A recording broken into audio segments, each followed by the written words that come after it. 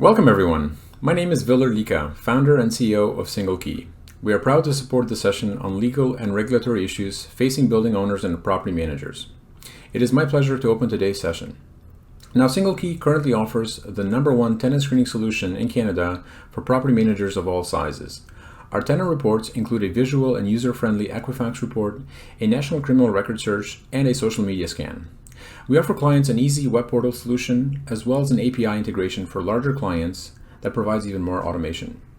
To learn more, please get in touch with me or Sam Robital during PM Fest or visit our site at www.singлекey.com. Now, before we start, I would like to remind you to get comfortable and settle into your seat.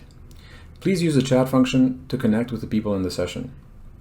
In this session, the panel will address the most topical legal and regulatory issues facing building owners and property managers today. In particular, the speakers will highlight some of the new legal and regulatory issues arising as a result of the COVID-19 pandemic and legislation that has resulted from this pandemic. Ladies and gentlemen, without further ado, let's begin our session. Thanks everyone for joining us today. My colleagues and I are thankful and excited to be able to present again at this year's PM Springfest. I'd like to do a quick introduction of all the speakers today. As a quick background, we are all lawyers practicing at Weirfolds LLP, which is a law firm located in downtown Toronto and in Oakville. And Weirfolds is very proud to have a very strong property and real estate group. And we are able to assist our clients in all aspects of commercial real estate, including purchase, sales, financing, leasing, construction, development, litigation, and all property-related tax issues.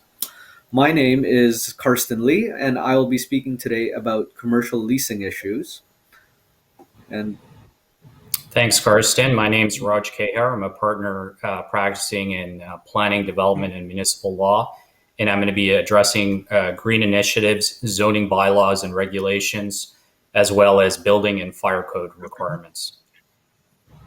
Good morning. My name is Jeff Cowan. I'm a litigator here at Weirfolds, and I specialize in property valuation and taxation matters. Hi, I'm Ryan Morris. I'm the head of the tax group at Weirfolds, and I'll be speaking today about tax issues for property managers. Okay. So to kick things off today, as mentioned, I will be speaking about commercial leasing issues and what has been going on over the past year or so, in light of the pandemic we currently find ourselves in. And as we can all imagine, the commercial leasing industry has had a lot to deal with since March of last year due to the onset of COVID and the closures that have come along with it. So for today, I'll be speaking about the state of the commercial leasing industry from a legal point of view, and I've broken it down to 4 different topics. So number 1, the government mandated closures way back 13 months ago, and how landlords and tenants have reacted since. Number 2, the rent relief programs, the original program being CECRA, and now the CERS program, Canada Emergency Rent Subsidy. Number 3, the continuing ban on commercial evictions in Ontario. And number 4, how to deal with your current lease and your next lease in the near future as we work our way through the pandemic. So the first topic I wanted to speak about was what happened when the government mandated closure of all non-essential businesses occurred last March and April, and how landlords and tenants have reacted since. And obviously, as many of you know, over the past year, many retail businesses were forced to close for certain periods of time. And in addition to that, for certain periods as well, the government also mandated the shutdown of the vast majority of construction sites in Ontario, which resulted in all activity related to construction of premises by landlords and the fixturing of premises by tenants to be paused. So 13 months ago, when tenants realized that they would not be able to pay rent because they couldn't have any revenues, they looked to their lease naturally to see if they can stop paying their rent to the landlord. Naturally, the first clause that any tenant looked to was their force majeure clause. And unfortunately for tenants, the vast majority of commercial leases were drafted on the landlord standard form of lease, which meant that that form benefited the landlord. And in essence, the tenant was not able to stop paying rent, despite the fact that they were forced to close their premises due to the pandemic. The second thing that a lot of tenants did was to look to their insurance, and specifically their business interruption insurance policy, to see if they'd have some sort of insurance payout because of their inability to open for business. And unfortunately, a lot of insurance companies denied coverage, business interruption coverage, because there was no physical damage. So unless a tenant had a special rider in their insurance policy for pandemics, they were out of luck getting any payouts from their insurance companies. Now, just a quick side note, there was an insurance case that was decided about April of last year, which may open the door to possibly providing relief to tenants. That case, it's MDS Inc. Case. It's beyond the scope of this talk. But in essence, it remains to be seen if a court will expand the definition of physical damage to include COVID or pandemics. So we're still waiting to see whether or not that door will open. And as we all know, a lot of landlords and tenants entered into a lot of rent deferral agreements, and in certain cases, rent abatement agreements over the past year. And with regard to the issue of the shutdown of construction, a lot of compromise occurred between landlords and tenants to determine whether or not a tenant's fixturing period will be extended. So how have courts reacted to lawsuits related to COVID-19 over the past year? It is fairly clear how courts have treated force majeure clauses in the past. Like basically, essentially, most courts have held that force majeure clauses will be interpreted based on the specific language in the lease, which meant, 99 point whatever percent of the time, tenants cannot withhold rent despite the fact that they're closed for business. So the question on everyone's minds since is whether or not courts will start to find ways to essentially give the tenants a break from paying rent. Around last summer, there were a couple of cases from Quebec which gave tenants some hope that courts will start to find in favor of tenants during the current pandemic. And in one case in particular, which is the Hangyan International Investment Commerce case, the Quebec court found that a tenant was not required to pay rent for that period in which it was not able to operate its gym due to the Quebec government's order to close. Now, however, despite those two cases where tenants were successful in Quebec, unfortunately, as many of you probably know, those Quebec decisions probably won't be much value as a precedent in Ontario, just because those cases are Quebec specific and dealt with civil law as opposed to common law, which is more prevalent which is what governs in Ontario and in the other provinces. In fact, over the past few months, and to the dismay of tenants in Ontario, most common law judges have interpreted the force majeure clauses in leases similar to how they were interpreted previous to COVID. So essentially, courts have continued to interpret force majeure clauses quite literally, and tenants have not found any relief from paying rent by going to court. There is one high-profile case that the leasing bar is looking forward to. Most of you have probably heard of it. It's the HBC, the Bay, taking on Oxford. In that case, HBC is arguing that it should not be liable to pay for rent since the landlord did not provide a first-class shopping center by virtue of being closed. And we'll see how that case is ultimately decided. It'll have very interesting ramifications for the industry. So the second topic I wanted to quickly speak about is the rent relief programs from the government. The first program initially introduced early last year, or in the spring of last year, was SECRA. And it's now done, so I'll just run briefly through it. It was initially confusing to many. It was the landlords that needed to apply. It was a huge administrative burden to landlords, as most of you might know. And the government was agreed to pay 50% of the rent landlords would kick in 25%, and the tenant would kick in the remaining 25%. Now, as the program went on, many landlords ultimately decided to apply, but I understand that many smaller landlords still ultimately did not.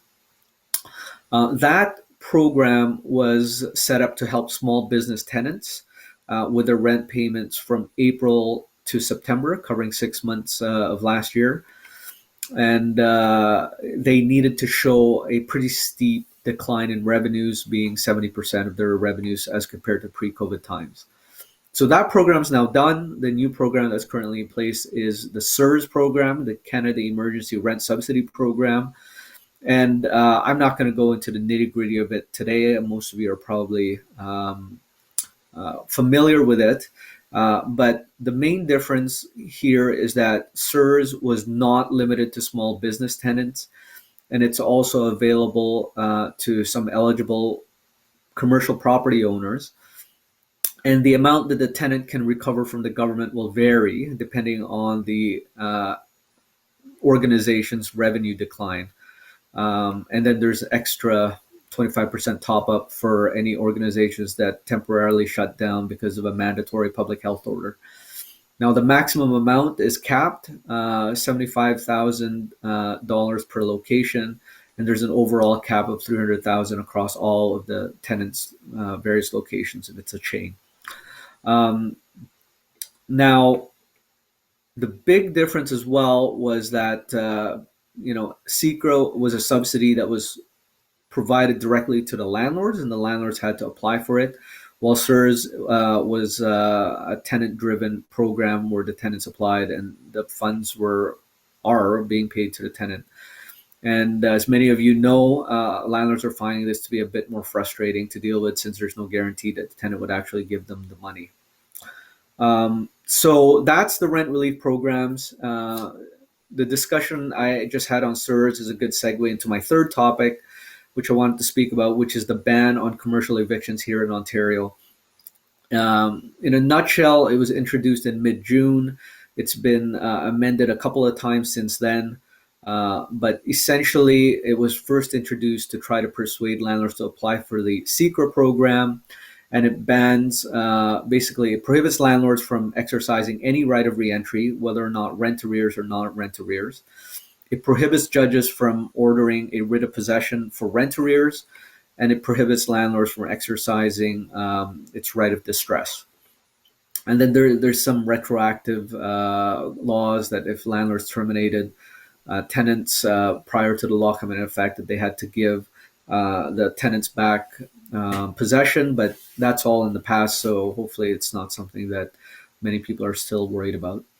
But it is important to note that these rights only apply to tenants who have been approved to receive the CERS subsidy. And the tenant has to provide proof of its CERS approval to the landlord. And then the program, the ban on commercial evictions runs for 12 weeks since the last day the tenant was approved for CERS. So practically speaking, what happened was tenants that are not previously eligible for CECRA, but is now eligible for CERS, does qualify under this rent eviction ban. So this rent eviction ban is a lot wider in scope than what it was when it was initially introduced. Now, in terms of the qualification, like the main question is that a lot of landlords have is, when does this ban on commercial evictions run until? Well, it's 12 weeks after the tenant is approved for the program. So currently the CERS program will run until June 2021. We don't know if it's going to be extended. But currently, let's say it's June 2021. The deadline to apply for that program is 6 months after that particular month. So for the June period, it will tenants have until December to apply, and then it's 12 weeks after the approval. So theoretically speaking, if your tenants don't apply or not approved for a program until December, then it's 12 weeks possibly. So about March or April of next year, 2022, is when the ban on commercial evictions may be in place for. Obviously, not great for landlords, but the one thing to remember for landlords is that even though the landlord cannot evict them, tenants still do owe the rent, and the rent defaults are continuing to accrue. So the landlord, you as landlord, can still sue the tenant for rent owing while keeping the lease alive. That being said, I get it. Landlords are very hesitant to terminate any tenancies anyways, since they probably do not have an easy way to backfill the vacant space. So many landlords are still playing a wait and see approach. I see that I'm running out of time. So just very quickly, my last topic, how to deal with your current lease. There's going to be a lot of assignments and subleases going on. So please make sure to read your transfer provisions in your lease to know all of your rights and obligations as landlord. And going forward, a lot of tenants will be asking for rent breaks, especially in terms of force majeure clauses. Personally, in my practice, I haven't seen a lot of landlords agree to give any rent breaks, even if their tenant is shut down due to a pandemic. But if you are willing to do that, do consider when the force majeure event is triggered, whether it's not a health emergency or a government mandate. Think about geography. Think about whether or not a tenant has to give you some notice, and determine exact parameters when a tenant would be able to stop paying rent. And obviously that needs to be negotiated quite a bit. That's it for my presentation, and I'm going to turn it over to Raj right now. Thanks, Karsten. I'll be discussing various legislation and recent amendments that may impact you in the area of green initiatives, zoning regulations and bylaws, as well as building and fire code requirements.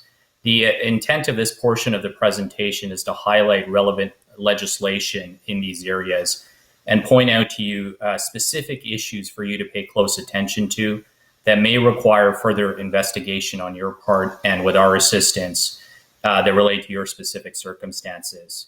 There are further details regarding this portion of the presentation in our paper that will be circulated to you. We would, of course, be pleased to answer any question you have during this presentation or following it as well. So first, in terms of green initiatives, there's the Smoke-Free Ontario Act, and this act, in effect, prohibits smoking in enclosed public places and all enclosed workspaces, with the exception being residential care facilities. The act also stipulates who may enter a smoking area and under what condition, and further sets out requirements for engineering, design, function, and maintenance of these areas. Also to be considered is the Technical Standards and Safety Act. This act regulates fuel suppliers, storage facilities, transportation trucks, pipelines, contractors and equipment or appliances that use fuels. The act aims to protect the public, the environment, and property from fuel-related hazards such as spills, fires, and explosions. Enacted pursuant to that act is a regulation titled the Liquid Fuels Handling Code. And this code, as the title suggests, regulates the storage and handling of gasoline and associated products at bulk plants, marinas, retail outlets, and private outlets. And the code also contains requirements for environmental remediation, environmental installation, and operating requirements for gasoline facilities. I think it's also important to keep in mind the Environmental Protection Act. This is a piece of legislation that regulates the discharge of contaminants in the natural environment in an amount or concentration or level in excess of prescribed levels.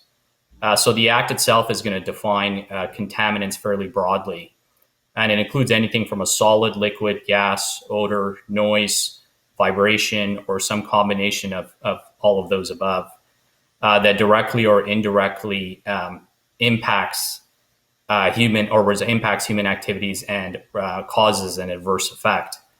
What concentrations of contaminants is allowed is tied to the land use.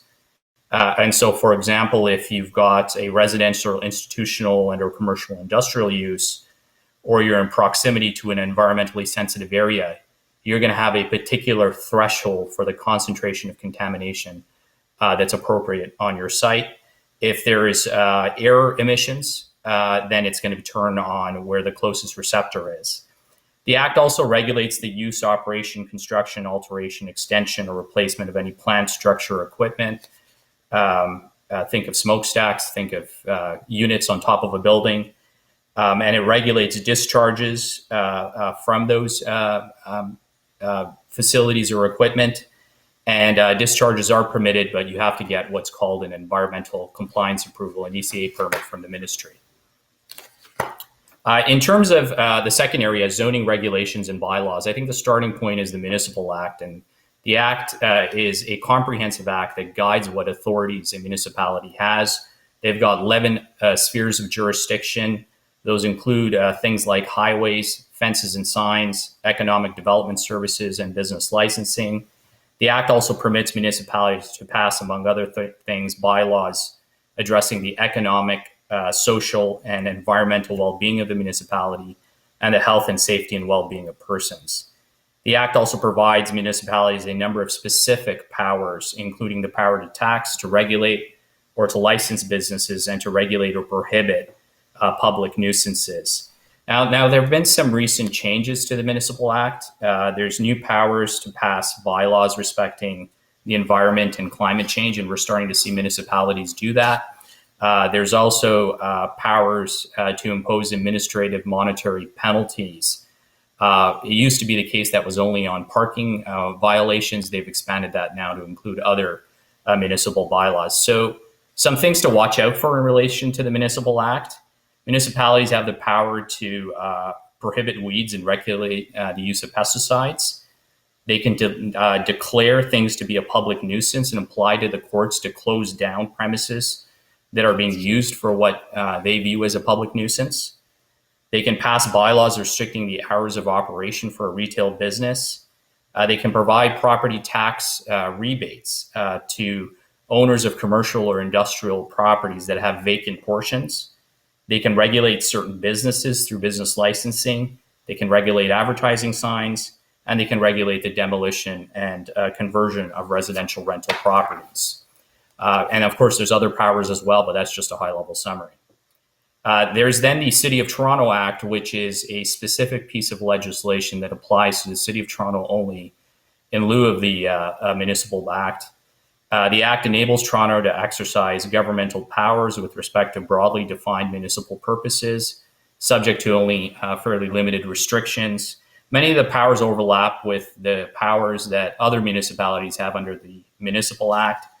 The Act specifically sets out general powers with respect to very much some of the same things you heard under the Municipal Act: economic development, licensing, structures including fences and signs, and certain aspects of land use planning.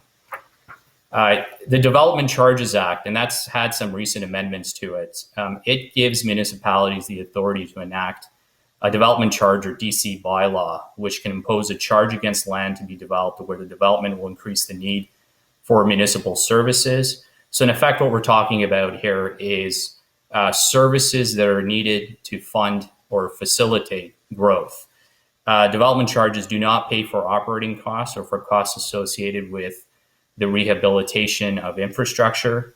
Municipalities can level or levy DCs that apply to either the entire municipality or to an area of the municipality. They can also exempt certain types of development or impose a lesser charge than the maximum that is payable. Now, as a result of the COVID-19 Economic Recovery Act, which was passed back in September of last year, the DC Act was significantly changed. It used to be the case that there was a list of things you couldn't charge a DC for, and if not listed, you could charge the DC as long as it was related to a matter associated with growth. We're now in a world where there's an explicit list of items that a municipality can charge a DC for, and if not falling on that list, the DC cannot be charged. The list includes many hard services that municipalities typically provide, like water supply services and wastewater services. It also includes certain soft services like services related to public health, and housing services. And a comprehensive list is contained in our paper. The point is, if the service isn't identified, the municipality cannot charge a DC for it. In some instances, if they cannot charge a DC for it, there is the opportunity to charge a community benefit charge, which is a new power municipalities have under the Planning Act, which I'll speak to momentarily. So some things to watch out for. A municipality may withhold a building permit for a development until a DC has been paid. DCs are now calculated at the date of site plan approval. And if site plan approval is not required, at a date a rezoning application is filed. So in effect, what that does is it freezes the amount of the DC charge from the date of calculation to the date of payment, which is typically on building permit. And in that intervening time, municipalities do charge interest. So then there's also the Planning Act. And what that does is it basically sets the ground rules down for land use planning in Ontario and describes how land uses may be controlled. The Act gives municipal governments the power to regulate land use through zoning bylaws, official plans, site plan control, minor variance applications. It also regulates the subdivision of land and requires the provision of parkland or cash and lieu payments in connection with development. So some of you might have heard of Bill 139, which became law back in December of 2017. That made some fairly complex and significant changes to the land use planning regime, but those changes have now since been repealed. Those changes got rid of the Ontario Municipal Board, created the Local Planning Appeal Tribunal, and got rid of a number of appeal rights associated with municipal decisions on development applications. Since then, as I mentioned, Bill 108 has been enacted and passed in 2019. And what that did is it kept the Local Planning Appeal Tribunal, but reinstituted nearly all of the same appeal rights. So what was old is now new again. Municipalities now have a new power, as I mentioned, to charge community benefit charges. That's replacing the old Section 37 heightened density bonusing regime, and that allows for the funding of capital costs that would be associated with services municipalities provide. And the main point there is they can't double dip. So things to watch out for under Section 50 of the Planning Act. There's a prohibition against the transfer of lands, including leases for 21 years or more, if the person transferring retains an interest in abutting lands. The Planning Act allows municipalities to pass bylaws restricting the demolition of residential rental units. Certain municipalities may be passing community benefit charges bylaws in the next few months, and that's something to watch out for because it's going to change the cost of development. And any minor variance applications are, in principle, frozen for a period of 2 years following the enactment of any municipal zoning bylaw that applies to the lands, unless council authorizes the application to be filed. And turning to my last area of building and fire code requirements, there's, of course, the Ontario Building Code that regulates, among other things, the issuance of permits for construction and demolition of buildings. The Building Code is a regulation under the Building Code Act. It applies to new construction, it applies to renovation. It also applies to the change of use of buildings and also sets out technical requirements for building. Among other things, the Building Code regulates fire safety, structural requirements, energy efficiency, resource conservation, etc. Now, many leases provide that a certificate of occupancy is required before the tenant can enter the premises, but that can take up to 6 months with a building department, so that's something to be aware of. Certain changes of use of a building or part of a building may require a building permit. And the Building Code Act authorizes municipalities to pass property standards bylaws. And that's, of course, important. And many of you will be familiar with that. These bylaws can prohibit storage of materials outside, require certain maintenance to be kept up with respect to the property. There's the Occupier Liability Act, which in effect creates a universal duty which occupiers must meet for nearly every entrant to the occupant's premises. Generally, the occupier must take reasonable care to see that persons entering on the premises and the property are brought onto the premises by those persons are reasonably safe while on the premises. There's the Accessibility of Ontarians with Disabilities Act, and that piece of legislation is really to establish accessibility standards in respect of customer services, transportation, information and communication, buildings and employment, as well as the time schedule for meeting such standards. There have been corresponding changes to the building code to reflect that, and requirements for new construction to have accessibility standards. Things to watch out for is inspectors can, without a warrant, enter onto lands or any building structure or premises where the inspector has reasons to believe there may be documents or things relevant with compliance to the Act. There's then, of course, the Heritage Act, and recognizing that I've got about a minute or two left here, I would just say in summation, the Heritage Act has been recently amended. It allows municipalities to designate property, and the recent amendments that has heritage value, and the recent amendments change the structure of being able to designate or alter or demolish a heritage building by turning appeals from the Ontario Municipal Board to the local planning appeal tribunal. There are other pieces of legislation to consider. There's the Freedom of Information and Protection of Privacy Act. Just in summation on that piece of legislation allows you to get records from provincial entities. There's a corresponding piece of legislation called the Municipal Freedom of Information and Protection of Privacy Act, and that allows you to get records from municipalities. And then in our paper, we've identified the Occupational Health and Safety Act, as well as the Workplace Safety and Insurance Act.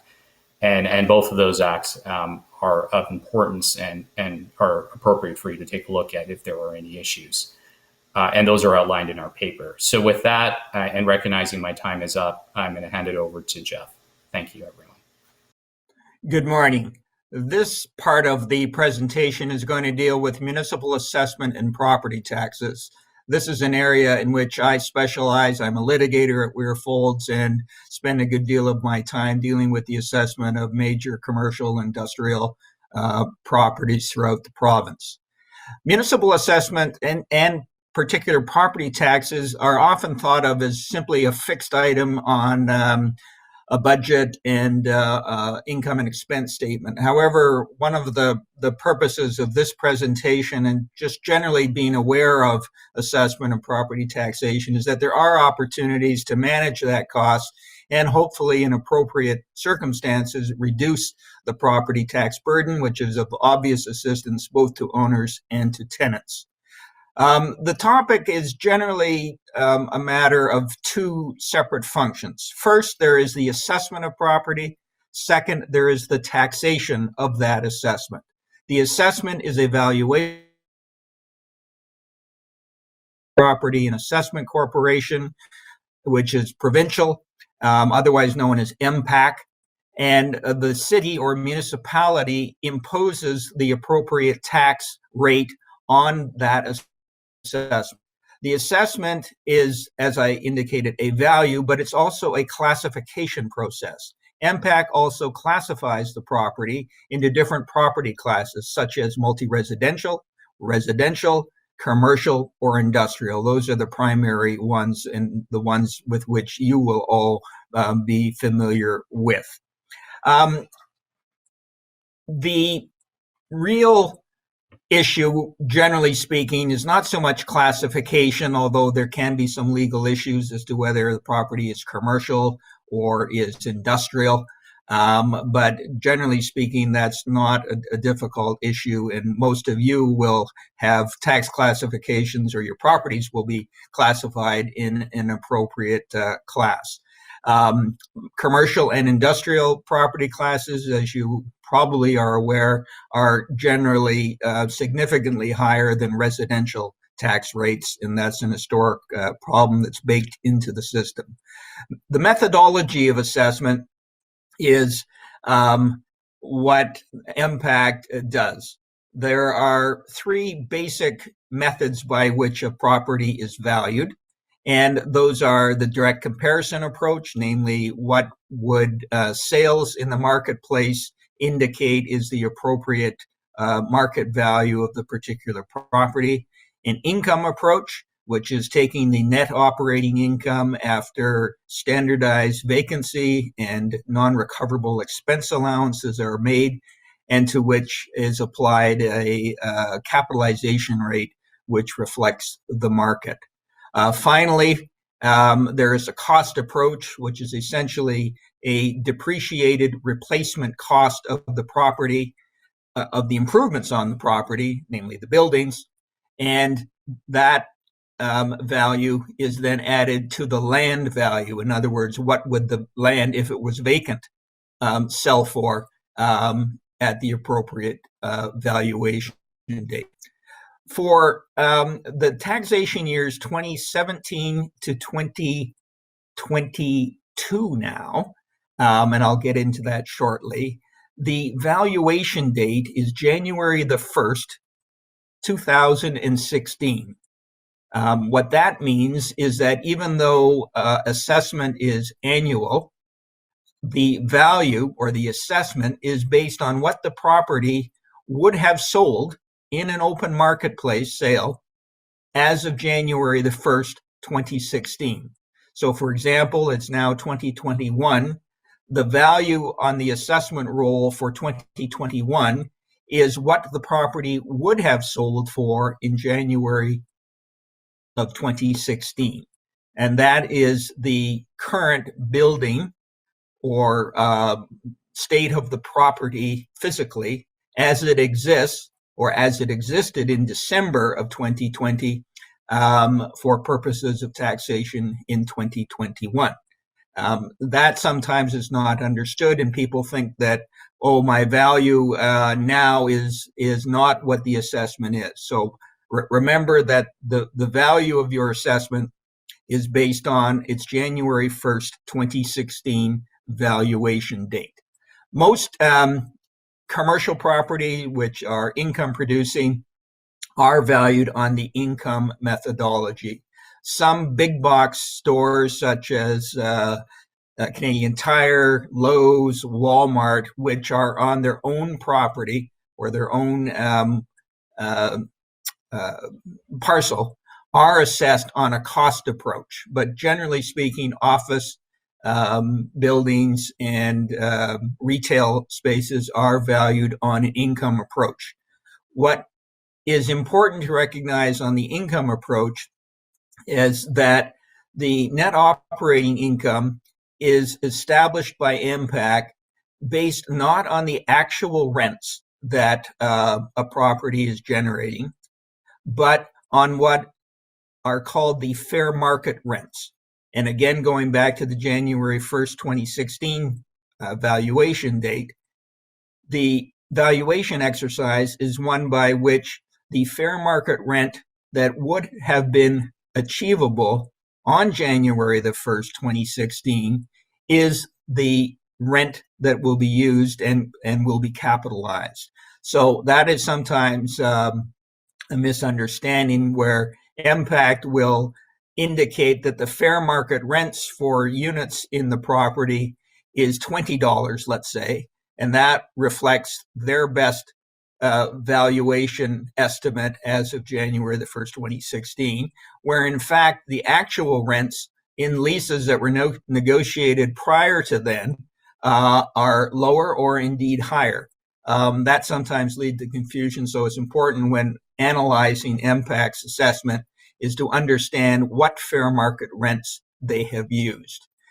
Generally speaking, retail rents are higher than office rents, and it's a function of the market and the particular region or municipality in which the property is involved. MPAC establishes general vacancy rates and general non-recoverable expense allowances. So vacancy typically for the cycle in which we're involved, the January 1st, 2016 valuation date cycle, vacancy rates will vary generally between 3 and 5%. They can be higher in other markets, But here in the Toronto and GTA area, that would be a typical rate. The non-recoverable expense ratios are similar, about 3 to 5%, lower for anchor stores. And then the capitalization rate is applied is, again, one that varies by market and type of property. As we all know, capitalization rates did decline through the mid portion of the last decade. So the 2016 capitalization rate generally tend to be between 5% and 7% or higher in some cases, and are not reflective of the compressed capitalization rates that we've seen at least up until 2019 and before COVID arrived. I'll speak briefly about COVID at the conclusion of my remarks. Finally, in terms of valuation, industrial properties are generally valued on a cost approach. The MPACT uses replacement cost manuals based on construction costs, and those costs include physical costs of buildings plus the soft costs involved in development of the property, so as to arrive at what the property would have sold for as an estimate in January 1st, 2016. So these are all matters which need to be considered when you receive a notice of assessment or are seeking to understand the assessment. It's important to obtain from MPAC what's called a property profile, or a GRAD, G-R-A-D, which stands for a general release of assessment data. And that information will basically indicate how your property was valued and what parameters were used, what fair market rent was, what the expense allowances were, and what the capitalization rate was, or a detailed breakdown of the replacement cost. MPACT also has what's called my real property website, which will let you have access to the MPACT property valuation for your particular property. So those are matters to consider when looking at the assessment. If you disagree with an assessment, you need to appeal the assessment of the property.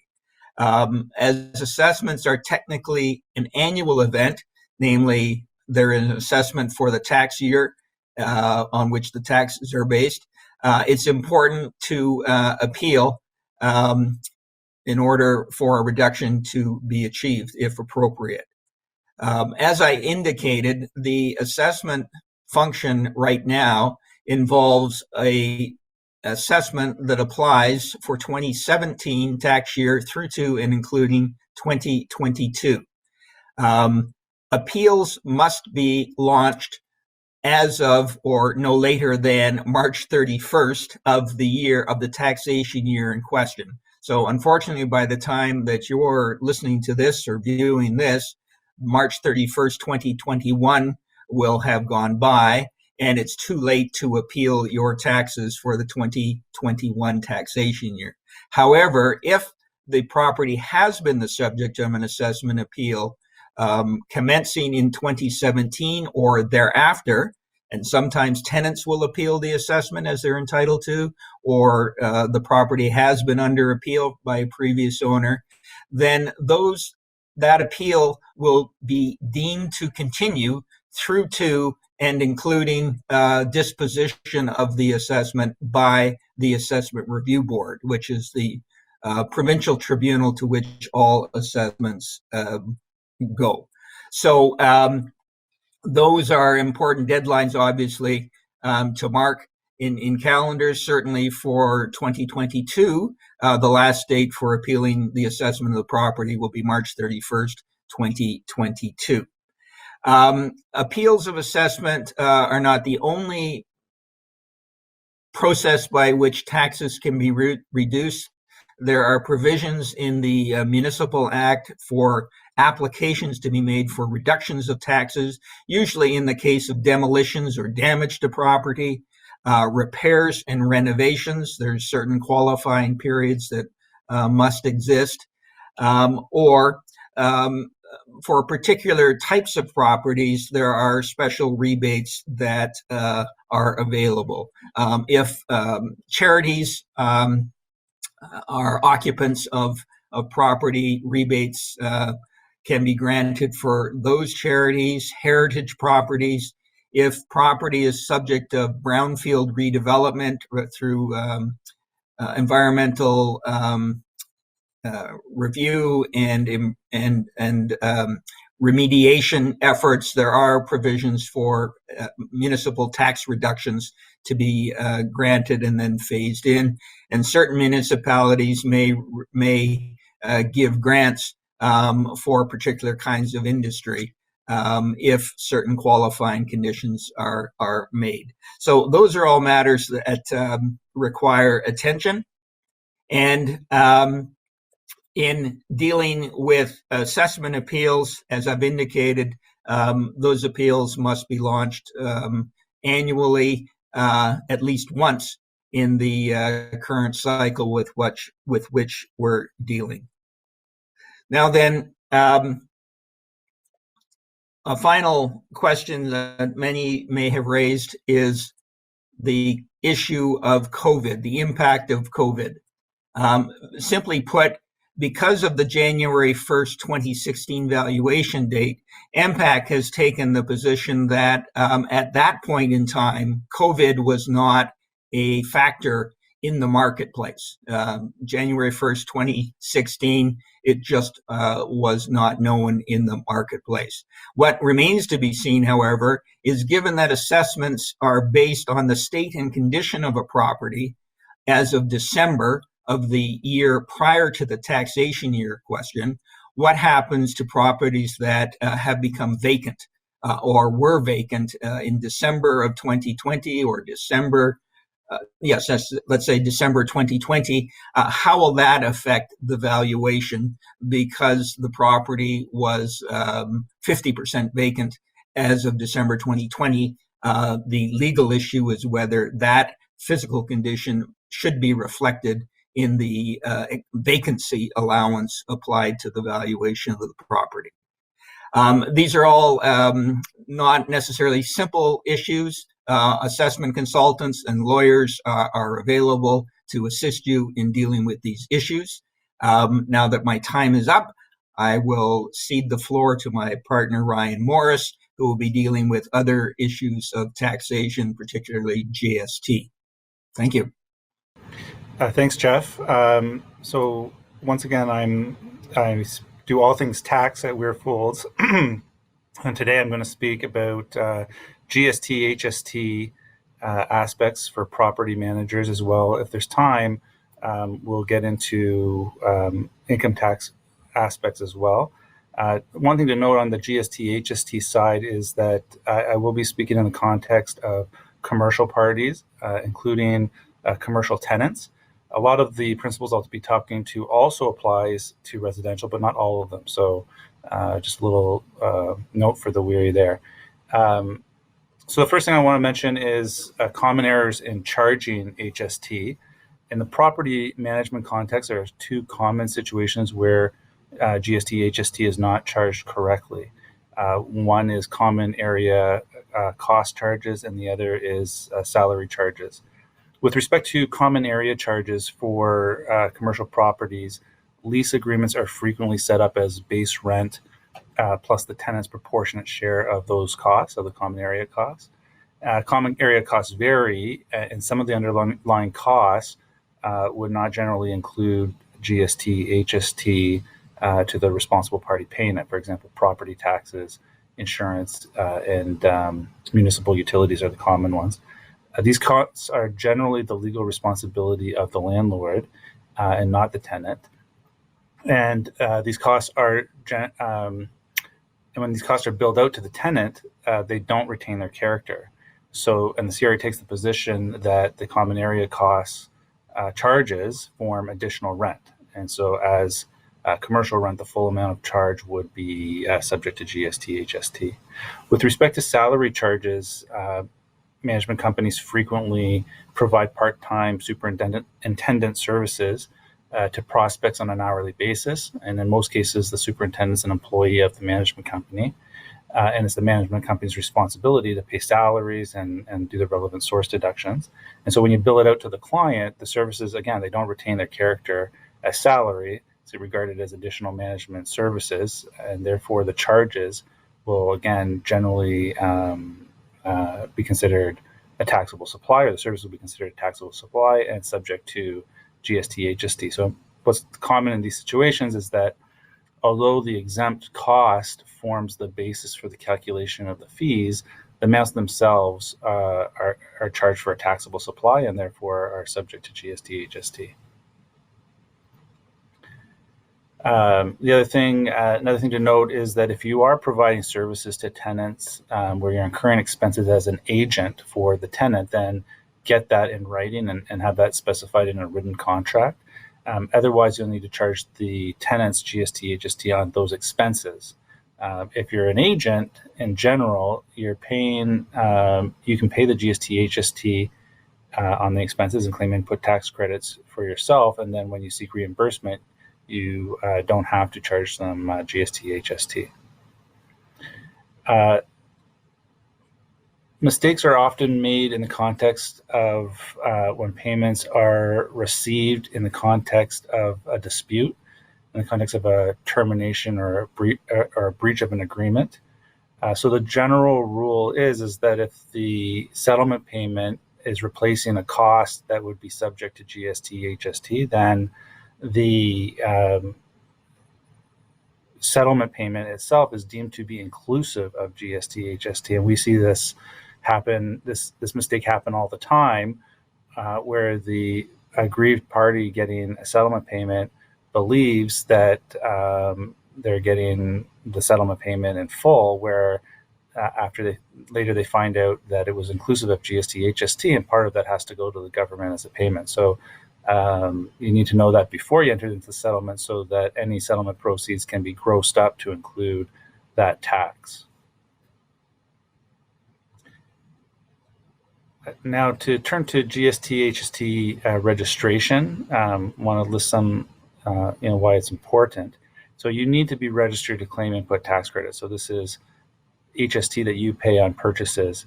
When you file, you remit GST, HST that you receive, but you're also going to claim input tax credits on amounts that you pay. You can only do that when you're registered and only from the date that you're registered going forward. Generally, registration is not backdated as a rule. It can only be backdated to the when the application is received by the CRA. But you are required to charge, when you are required to charge GST, HST, so you're not a voluntary registrant, then the registration should be backdated to the date of the first taxable supply, and so that there is an opportunity for that backdating. But you won't be able to claim any input tax credits prior to making that first taxable supply. And here's a little bit of a tip or a little trick, is that there's a provision in the Excise Tax Act. That's the act that charges or is the governing statute for GST, HST, that provides that an agreement to make a supply, just the agreement constitutes a supply itself. So if you have an agreement to make a taxable supply, then that whenever that agreement was entered into, can support the back date of the registration to that date. So we can get you back a little bit farther. But again, if you've paid HST before that date, you're not going to be able to claim input tax credit. So get registered. Another thing to note is that the CRA has gotcha moments, and one of them is if your ITC claims are not supported with proper information on the invoices. So not just any invoices, but the invoices have to, for example, contain the supplier's HST number and certain other information. So it's important to take your invoices to your tax advisor and have them reviewed to make sure that your suppliers are providing you with the right information. It's not like income tax where you're just proving that an amount was paid. If you don't have the proper information on the invoice, the CRA will accept that you've paid it. They'll accept that even that you've paid the HST. but they'll still deny input tax credits. So in the context of transfers of real property, that's treated a little bit different. So in the normal context, the supplier is collecting and remitting HST. In many cases, where in many cases when you're supplying real property, the vendor is relieved from this collection aspect, and it's the purchaser's responsibility to self-assess HST and claim input tax credits. So if you're fully eligible for input tax credits, then you're reporting you're self-assessing HST, but you're also claiming an equal offsetting input tax credit. So vendors often like this aspect, but it's very important that both parties are registered for GST, HST. Otherwise, that process is not available. And there's a certain circumstances when it's limited circumstances when that process is not available. But as I said, in general, it is. It's the person who the person who must be registered as the beneficial owner of the real property, or the person acquiring beneficial ownership of the property. And from the vendor's perspective, they have to be absolutely certain that acquirer is registered for GST, HST. There is an online GST, HST registry on the CRA website to verify registration status. And there's no defense that the purchaser lied or the purchaser provided the wrong information. So make sure that that number is confirmed through the registry. And a little pitfall is that the registry is only accurate to the first 10 characters of the supplier's name. So if the name's longer than 10 characters, you have to call or write to the CRA for absolute confirmation. So what are some of the common mistakes where with respect to these real property transfers when you have to self-assess? Well, one was already mentioned in terms of it has to be the beneficial acquirer, the person acquiring beneficial ownership, that has to be registered, and not a nominee. And so the practice and what we do is you get an HST, what we call an HST certificate from the purchaser that indicates that the purchaser is the one acquiring it as principal and not as agent or nominee or trustee or otherwise on behalf of any other person.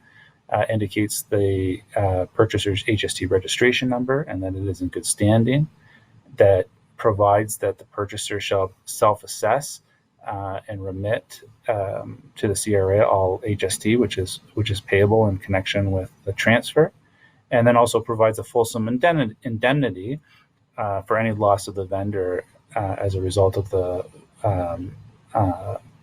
purchaser to carry out what it undertook to do under the certificate, and any failure of the vendor to collect and remit HST, because it really is a benefit of the purchaser to do it because it saves them from a cash flow perspective.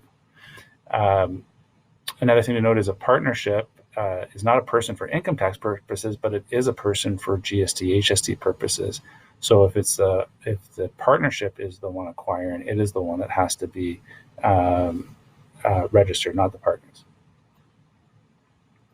For joint owners, so a joint venture, which not a partnership, all of them have to be registered unless you qualify and make a joint venture election to have the operator of the joint venture be the only one responsible for GST, HST.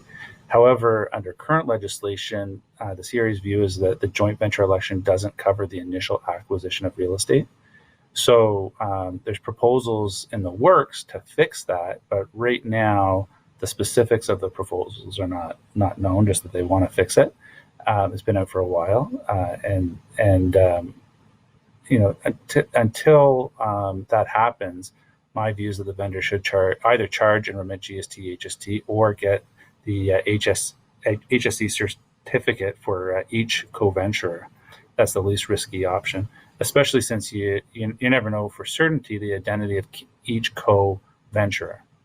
But if you are going the HST certificate route, then it's prudent to do due diligence, get reps to confirm the co-venturers and obtain the appropriate indemnities with respect to those representations.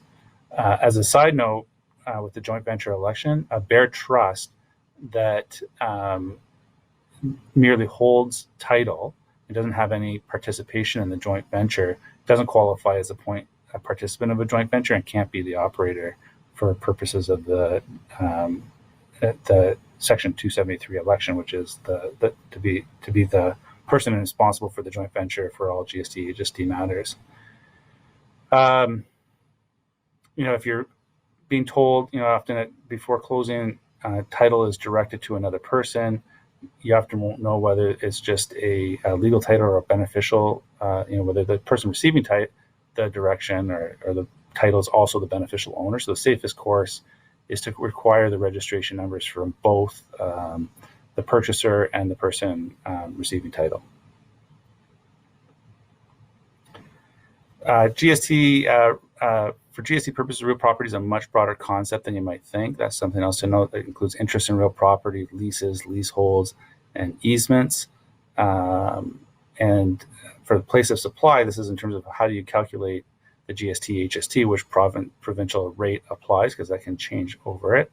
For real property, for services that relate to real property and acquisitions of real property, it's where the real property is located that drives the appropriate tax rate. So if you're managing a property located in Alberta from your Ontario office, you only charge GST because the property is located in Alberta. Let's just say a couple of things from an income tax perspective. I think we're running a bit short on time, so I'll start this. And I should mention, ask any questions you want through the chat, and other times running out, well, we're all here to address it. There's common forms of consideration connected to a commercial lease. I just want to mention that there's tenant inducement payments by landlord.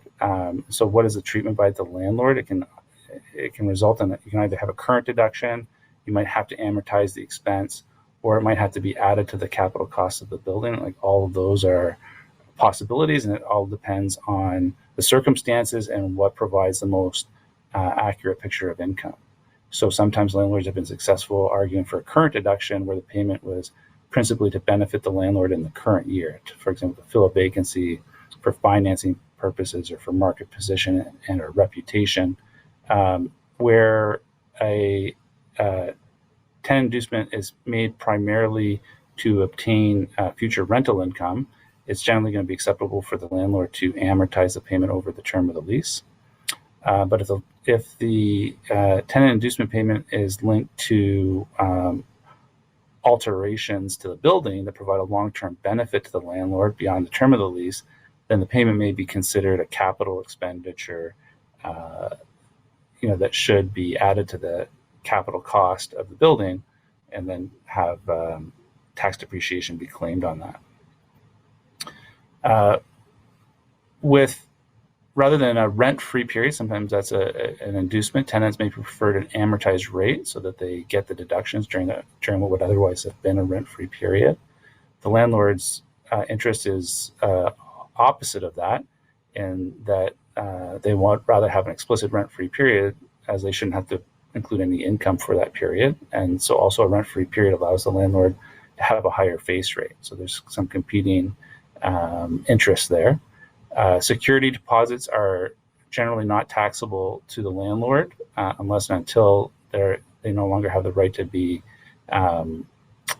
refunded. And where there's a prepayment of the last month's rent, it's not going to be required to be included. Well, it is required to be included in the landlord's income, but they're generally entitled to an offsetting reserve, and accordingly will only end up being included on a net basis in income in the year that the prepayment month falls. So I'm going to wrap things up there. We all appreciate your time listening to our presentation, and we hope that you had the opportunity to ask any questions that you might have had. I think they're going to pull us all together, so I'm going to just pause there. Hope you had an opportunity to ask all questions that you had. But if you hadn't, or you didn't get the answer and you want some further discussion, please feel free to contact any of us.